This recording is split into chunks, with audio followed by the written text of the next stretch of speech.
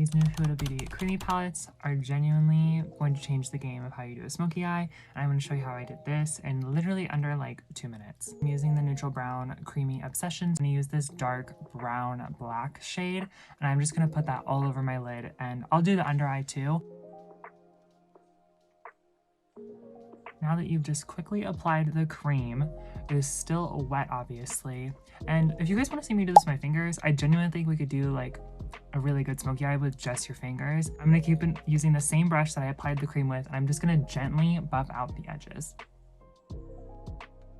You could leave it here. You could fully just buff this out more, but I want to do a black smoky eye, and this is the perfect base. I'm just going to be going in with a black matte shadow, and I'm going to be packing it on the lid.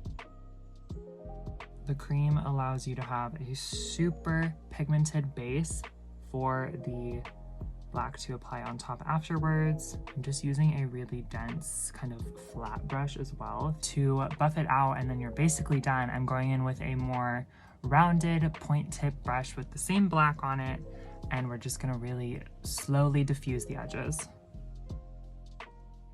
You blend and blend and blend.